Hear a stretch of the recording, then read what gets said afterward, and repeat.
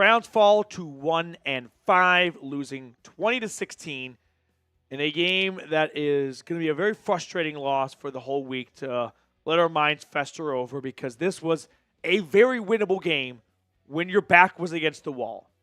But at 1-5, you are dead. If you weren't dead at 1-4, this was the nail in the coffin. And ultimately, it was the offense yet again failing themselves more than the defense impacting the offense. I mean, Watson didn't have a great second half, but he had a pretty good second half. He completed every single pass he threw. He was on target. He was on time for the most part. He found open guys like Jerry Jeudy down the field.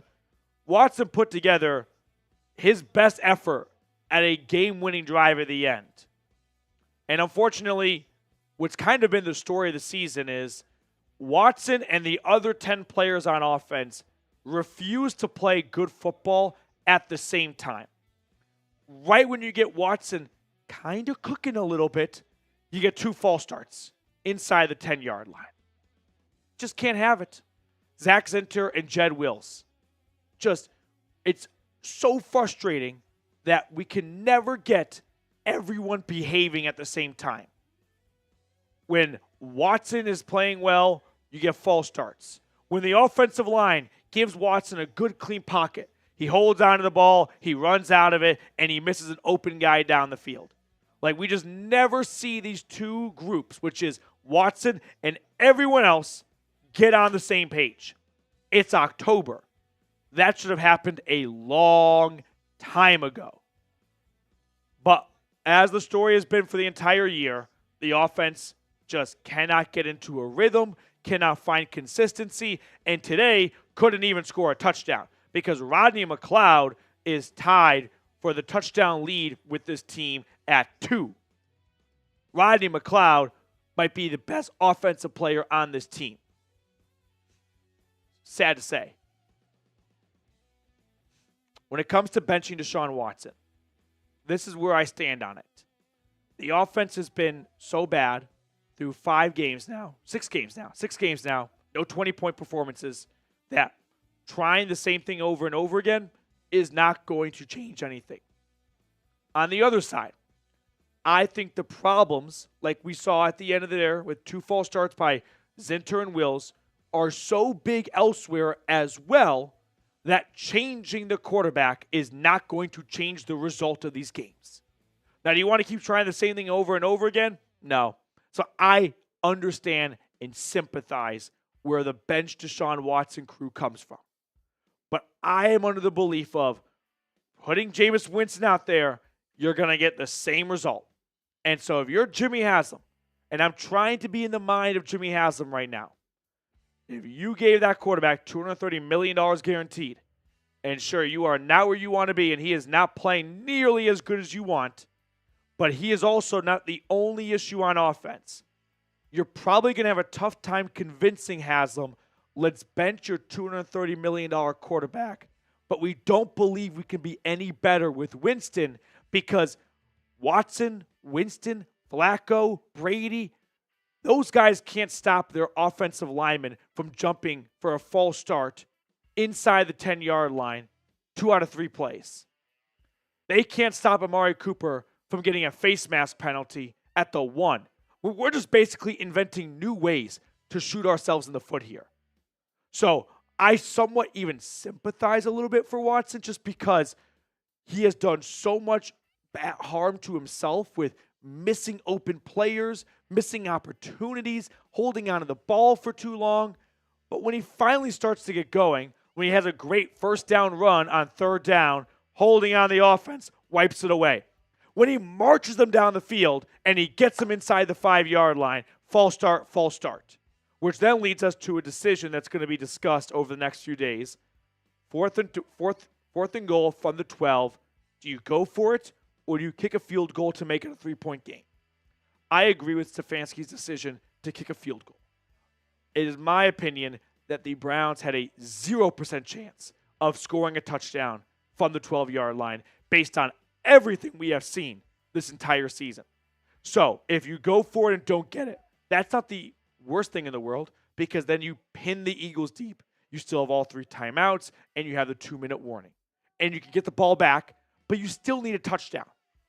If you kick a field goal and you kick it off and you make a stop and you get the ball back, you still need a touchdown, but at least that's to win the game. So I'm okay with going for the field goal.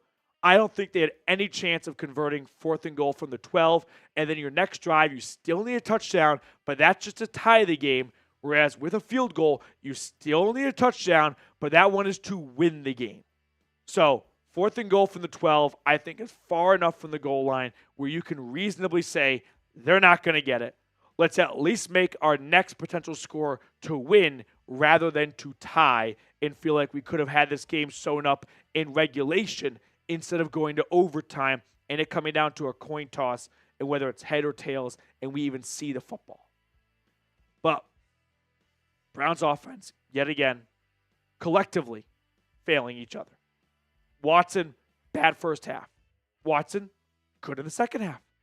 Offensive line, too many penalties, like how they started the year off. Third downs were somewhat better since they converted them for a change, but still bad.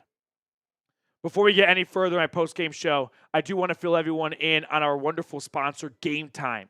Game Time is a feature called Game Time Picks that makes getting tickets to see your favorite teams play live even easier. Game Time Picks filters out the fluff to show you only incredible deals on great seats so you don't have to waste time searching through thousands of tickets. One thing I really like about Game Time is their all-in pricing option. Toggling this feature shows the total upfront cost with no surprise fees at checkout. So take the guesswork out of buying tickets with Game Time. Download the Game Time app, create an account, and use code CHATSPORTS for $20 off your first purchase. Terms apply. Again, create an account and redeem code CHAT Sports for $20 off. I put all that information in the comments and description of today's video. Download Game Time today. What time is it? Game time. Let's talk about the defense for a minute here. They played good enough today. They held the Eagles to 20 points. That should be enough for winning football. Ultimately, at the end there, what kind of haunted them all day really haunted them, which was A.J. Brown. I mean, a ballsy move by Nick Sirianni, throwing it there when the Browns were down to their last timeout. No timeouts, could have stopped the clock, could have been turnover. But A.J. Brown went scorched earth on Martin Emerson and Greg Newsome. That was, I wouldn't say the difference maker today, but like that was a huge reason why the Eagles won this football game. Once again, give credit to Myles Garrett. He continues to make plays, blocking that field goal, scoop and score by Rodney McLeod. He was really good against the run today. He had some big tackles for loss. But the Browns defense is in a tough spot where they're not playing as well as they were last year, and they have to be, and then some more if they want to have any chance of winning football games because your offense can only score 16. It's a race to 17. Offense couldn't score a single touchdown today. I thought they did a good job of containing Barkley for the most part. 18 carries, 47 yards, about an average of 3 yards a carry. But Greg Newsome continues to be one of the most polarizing corners in recent memory for the Browns. He makes some big plays. He loves the celebrations. But then God forbid you put him on a crosser with Devontae Smith, and he is just toast immediately. 45-yard house call. Defense this year is just not as good as it was last year, which that was one of my biggest fears coming into the season. It is very difficult for defenses to stay consistent for year to year. So you need the offense to really pick it up because you probably can't bank on having just as good as a defense as you did last year. And this game, Browns defense made some big plays here and there, made some big stops, gave the ball over to their offense. Ultimately, if I tell you before the game the Eagles scored 20 points, you're probably thinking Browns have a good chance of winning this game here. But then you factor in, it's a Browns offense that can score 20 points. Well, for most teams, I would say over half of the NFL, if I tell them the opponent scores 20 points, they're probably going to be confident saying, well, I guess we won this football game. Not with the Browns offense. I sympathize for the defense. I don't think they are completely off scot-free here. I do think there are some issues defensively. Martin Emerson at times forgets how to play football, which is just so frustrating because of how talented he is.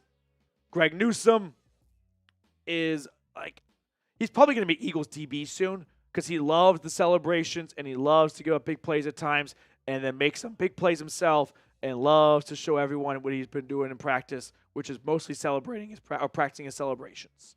Denzel Ward is still awesome. Injury news off the top of my head here. Nick Harris carted off in the first quarter, on the second or third play. He's probably done for the year. He was crying. It was pretty emotional. So with Ethan Posick injured, it's Michael Dunn at center. Hopefully Posick can return and the Browns can start to get healthy again on the offensive line since Conklin and Wills returned, which I thought those guys played pretty well up until Jed Wills' false start to make it 3rd and 12 from the 3rd and goal from the 12-yard line. And you had Jerome Ford go down in the first half. He did not return, but Nick Chubb should be coming back this upcoming Sunday against the Bengals, which I just hope if the Bengals win tonight against the Giants, the Browns can at least play spoiler and bring Cincinnati down to the cellar of the AFC North, and no one from Ohio gets to play postseason football.